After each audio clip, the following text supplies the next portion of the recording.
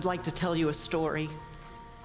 It's based on a picture book by Alice McLearen, and it's called The Mountain Who Loved a Bird.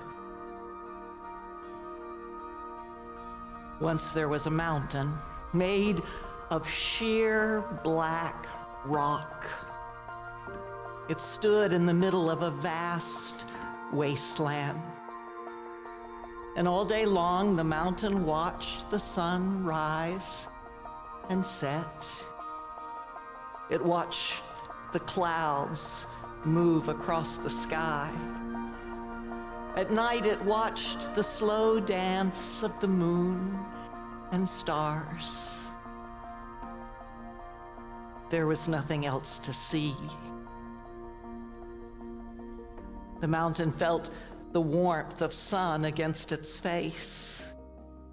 It felt the press of wind, the touch of rain and snow.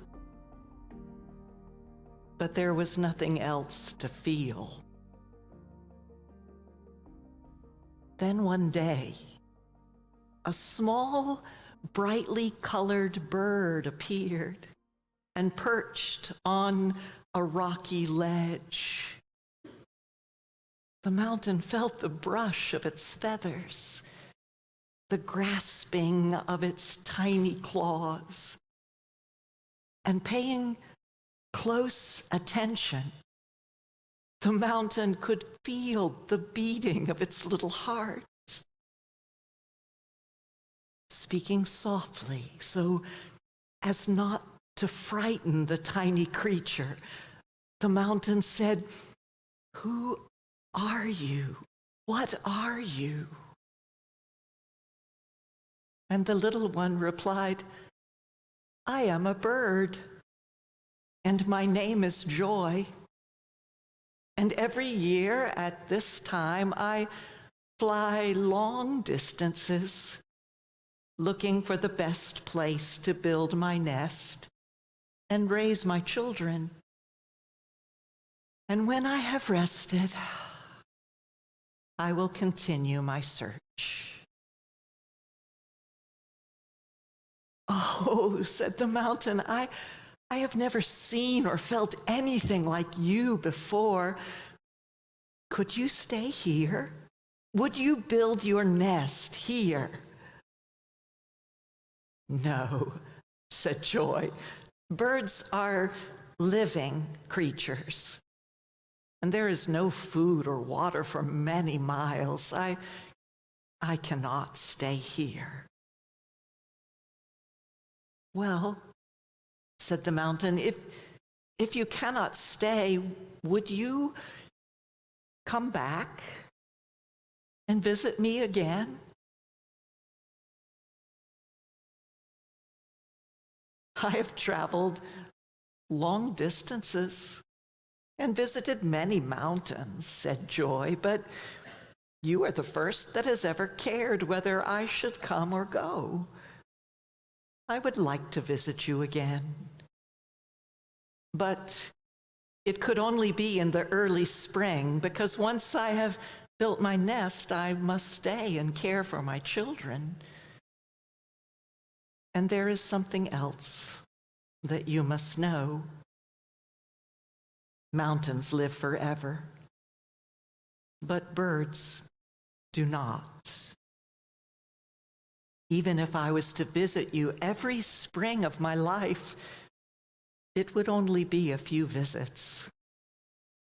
Birds do not live very long." The mountain was silent for a time, and then it answered, "It would make me very sad when your visit stopped. But I would be sadder still if you flew away now and never returned." And then the little bird opened her beak and began to sing a beautiful bell-like song that echoed among the mountain's rocks. And that was the first music the mountain had ever heard. When the last notes died away, the mountain asked again with longing, "Oh, please, is there not some way you could stay?" And then Joy was silent for a time. At last she answered, "I would like to stay with you, but I cannot. And so I make you this promise. I will visit you every spring of my life, and I will have a daughter and name her Joy and teach her how to find you. And she will have a daughter and name her Joy and teach her how to find you. And every Joy will have a daughter, so that for as long as this mountain stands, Joy will visit you each spring." And with that, the little bird flew once around the mountain and disappeared into the blueness of the sky. And from that moment, the mountain began to wait for her return. Every year, in the early spring, a small, brightly colored bird would appear announcing, "My name is Joy, and I have come to visit you." And for a few hours, she would nestle near the mountain and talk and sing. And the mountain would ask, "Oh, please, is there not some way you could stay?" And Joy would answer, "No, but I will come again." This went on for 99 springs. And on that 100th spring, when the little bird disappeared into the blueness of the sky, the mountain felt something happening deep inside. Its heart of stone broke open, and tears ran down the mountain's face. The next year, when Joy arrived, the mountain could think only of how short the visit would be and how long until she came again. And the little bird, seeing that the mountain was too steeped in sorrow to speak, sang and nestled close and flew away, promising, "I will come again." The next year, when Joy arrived, she carried in her beak a single seed. She nestled it into a crack of rock beside the stream of tears.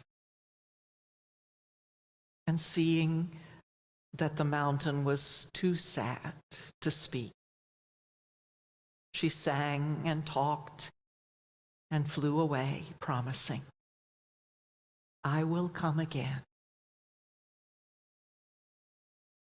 In the weeks that followed Joy's visit, the little seed soaked up the moisture from the stream of tears and sent down tiny roots into the cracks of rock and lifted little leaves up toward the light. But the mountain was too sad to see. Year after year after year, joy came, bringing seed after seed after seed. And as the roots from those plants began to break up the mountain's rock, turning it to good, rich earth, moss began to grow and vines to stretch across the mountain's face. Bushes and trees began to reach up toward the light. Flowers and grasses spread out into the wilderness. And still the mountain did not see,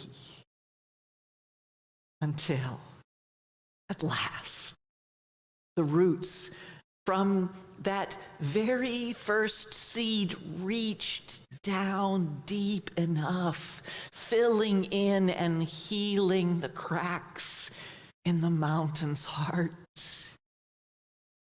And then the mountain woke up and saw all the changes, all the life. And the tears of sorrow turned to tears of happiness, and more streams ran laughing down the mountain's face.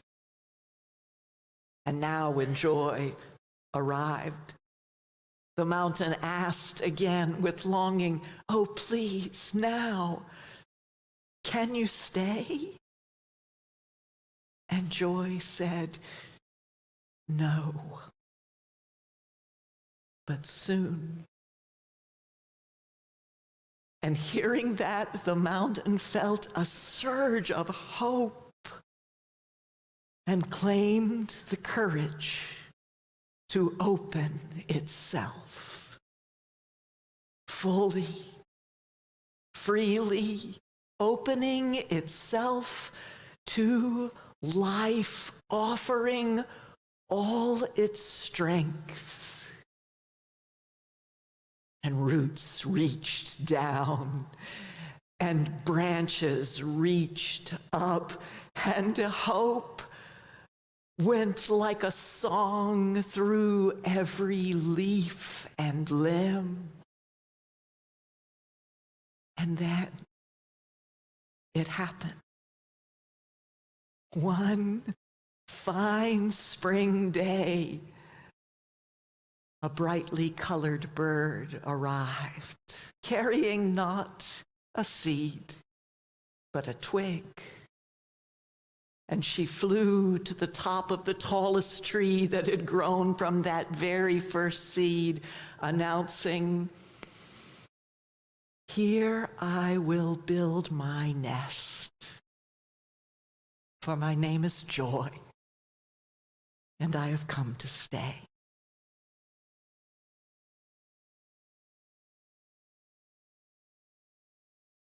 Oh, my dear ones, every time we come into worship, we ascend the mountain of God, looking back on the past, looking forward to the future. And from this mountain's height, we can catch a wider vision of God's kingdom and our place in it. We are not asked to do it all, but we each have our part. Never doubt that your work and witness matter, that they are important even if you do not see the results. Each of us, in our own time and place, let our light shine to the glory of God. And when we do that, Jesus comes. And wherever there is Jesus, there is joy. Amen.